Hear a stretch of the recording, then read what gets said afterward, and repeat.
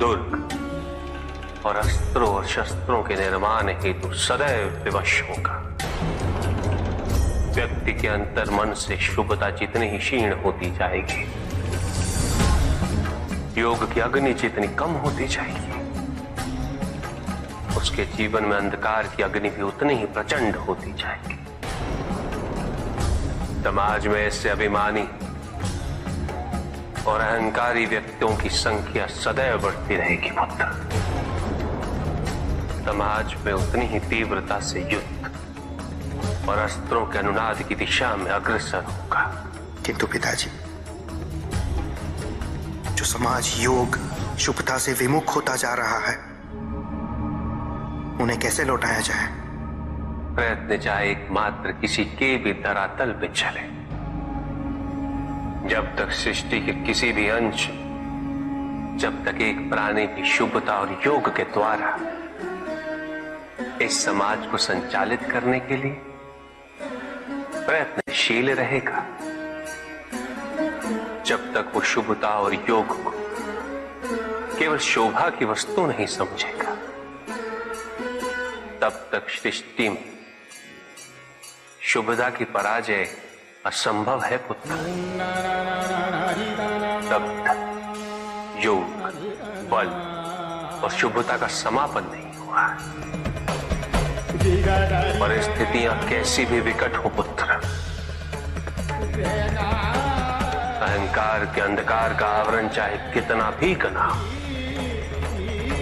आध्यात्म योग और शुभता का एक लघु दीपक भी सदैव उस पर विजयी होता रहेगा। मेरा एक कथन सदैव स्मरण रखना पुत्र, मन के हारने से हार और मन की जीत में ही जीत होती है। अपने मन से शुभता और योग को तुम कभी भी विस्थापित नहीं होने देना। 3 प्रकार के शरीर होते हैं, स्थूल, सूक्ष्म और कारण शरीर। स्थूल शरीर वो है जो हमारे अंग, उपअंग, जो प्रत्यक्ष, जिसे स्पर्श किया जा सकता है, और सूक्ष्म शरीर अप्रत्यक्ष, जिसे आत्मा कहते हैं, जिसे स्पर्श नहीं किया जा सकता, किंतु उसकी अनुभूति अवश्य होती है। मृत्यु में स्थूल शरीर का अंत होता, किंतु आत्मा का नहीं होता, और आत्मा के चारों ओर एक शरीर और होता है जो चेतन, अवचेतन और अचेतन मन का अवशेष होता है। अतृप्त इच्छाओं का और वासनाओं का कोश होता है, और यही तीसरे प्रकार का कारण निमित्त बनता है अगले जन्म का।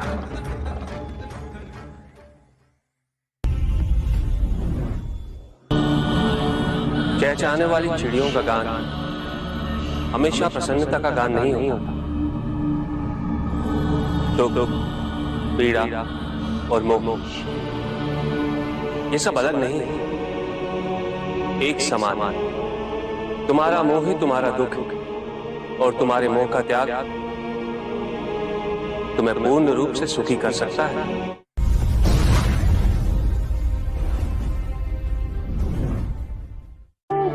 पूजित का साक्षात सामने होना मन को भटकने नहीं देता, किंतु जो सच्चे भक्त हैं, भगवान तो उनके मन में, उनके हृदय में निवास करते हैं। जिनके हृदय में श्रद्धा है, उनके लिए पूजा करने हेतु अपने आराध्य का साक्षात सामने होना अनिवार्य नहीं।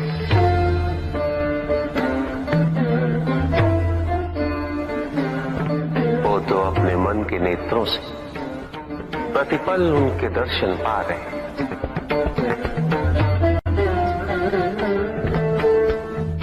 उनकी प्रत्येक अनुभूति में भगवान है।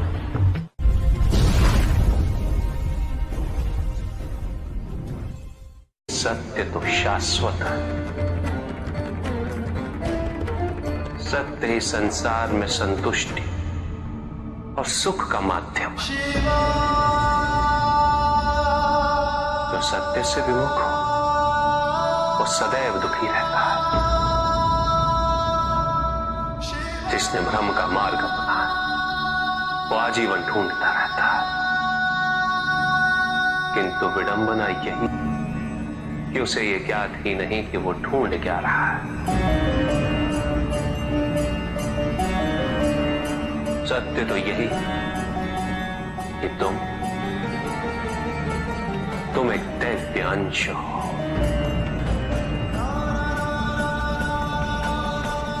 जन्मोपरांत तुम सबने अपने आप को केवल मनुष्य मान लिया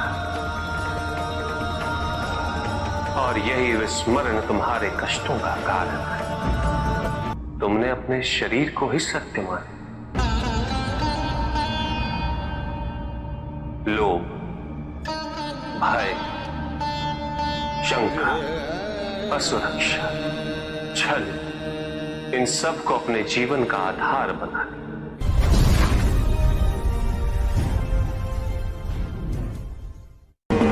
महाशिवरात्रि का व्रत विशेष फलों को प्रदान करने वाला है।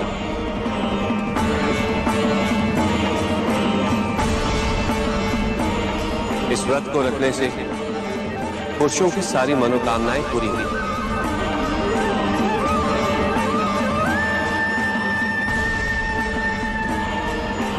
सुहागन स्त्रियों का सुहाग हमेशा बना रहे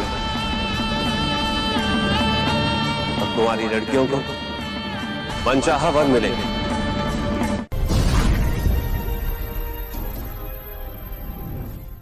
पुत्र और पुत्री में भेद करना उचित नहीं, किंतु तब भी कुछ व्यक्ति ऐसी मूर्खता कर बैठते क्योंकि वो कन्या की महिमा से अपरिचित है, क्योंकि वो ये समझ ही नहीं पाते कि कन्या का सम्मान करना प्रत्येक व्यक्ति का धर्म है, क्योंकि कन्या जीवनदायिनी है, वो जननी है। और जननी तो केवल सत्कार के योग्य होती, उपेक्षा की नहीं, उसका तिरस्कार नहीं किया जाता। एक कन्या विवाह के पश्चात दो कुलों को जोड़ती है। परिवार की स्थापना है तो एक कन्या की भूमिका पुरुष से कहीं अधिक महत्वपूर्ण होती है। और जब परिवार से परिवार जुड़ते हैं तो समाज की स्थापना होती है।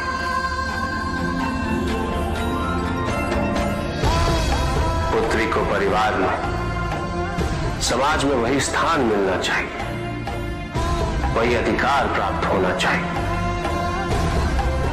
जो एक पुत्र को प्राप्त होते हैं।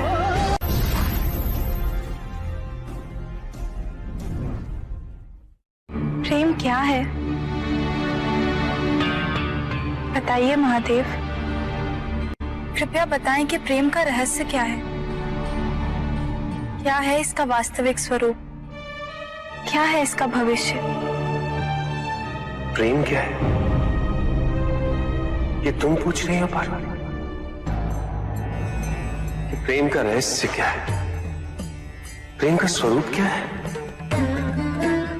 तुमने ही प्रेम के अनेक रूप उजागर किए हैं पार्वती। तुमसे ही प्रेम की विभिन्न अनुभूतियां हुई। तुम्हारे प्रश्न में ही तुम्हारा उत्तर निहित है। क्या इन विभिन्न अनुभूतियों की अभिव्यक्ति संभव है?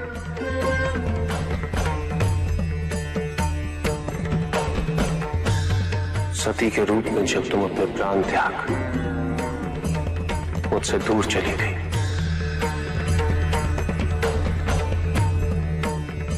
मेरा जीवन, मेरा संसार, मेरा दायित्व सब निरर्थक और निराधार हो गया। मेरे नेत्रों से अश्रुओं की धाराएं बहने लगी। अपने से दूर कर तुमने मुझे मुझसे भी दूर कर दिया पार्वती।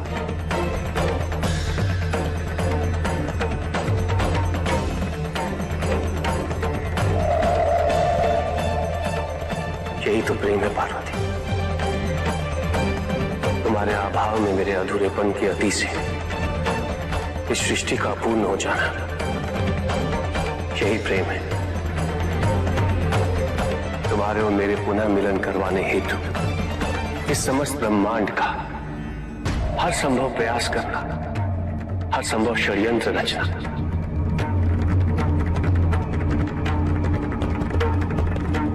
इसका कारण हमारा असीम प्रेमी तो है। तुम्हारा पार्वती के रूप में पुनः जन्म लेकर मेरे एकाकीपन और मुझे मेरे वैराग्य से बाहर निकलने के लिए विवश करना और मेरा विवश हो जाना, ये प्रेमी तो है।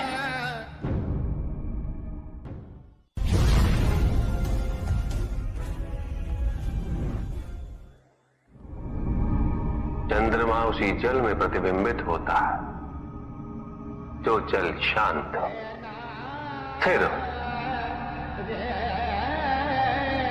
यही तो समस्या होती है मन की। मन कभी भी शांत नहीं हो पाता है। जहां शांति नहीं वहां कुछ भी नहीं रुकता। समुद्र की लहरों की भांति विचारों का उपद्रव मन को निरंतर स्थिर रखता। कुछ भी सुनने और समझने के लिए मन का मौन रहना आवश्यक है, किंतु मन मौन रहना नहीं जानता। वो तो निरंतर कुछ ना कुछ कहता रहता, प्रतिपद शब्दों का आक्रमण चलता रहता है मन पर। और यही आक्रमण है जिसके कारण व्यक्ति कभी भी शब्दों के परे नहीं जा पाता। जहां जीवन की सत्यता का बोध उसकी प्रतीक्षा कर रहा होता।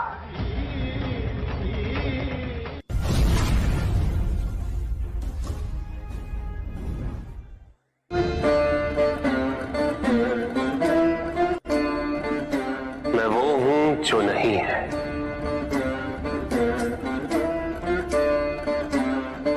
जो नहीं है वो मैं हूं।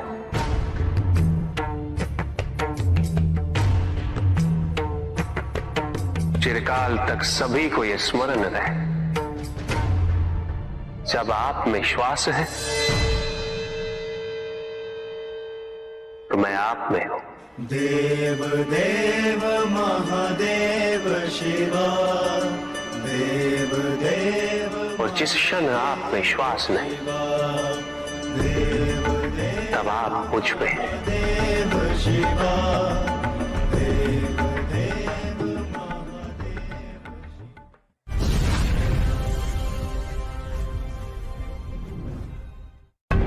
सत्य को जानने के लिए वन में जाना अनिवार्य नहीं है। अपने निजी, पारिवारिक और सामाजिक दायित्वों का परित्याग भी आवश्यक नहीं। सत्य तो सदैव हमारे साथ है, हमारे सामने, किंतु हम स्वयं धीरे धीरे उस पे अपने क्रोध, अपने अहम, भय, विचार और महत्वाकांक्षाओं जैसे कई आवरण चढ़ा देते हैं। सत्य हमसे नहीं, हम स्वयं सत्य से दूर हो जाते हैं।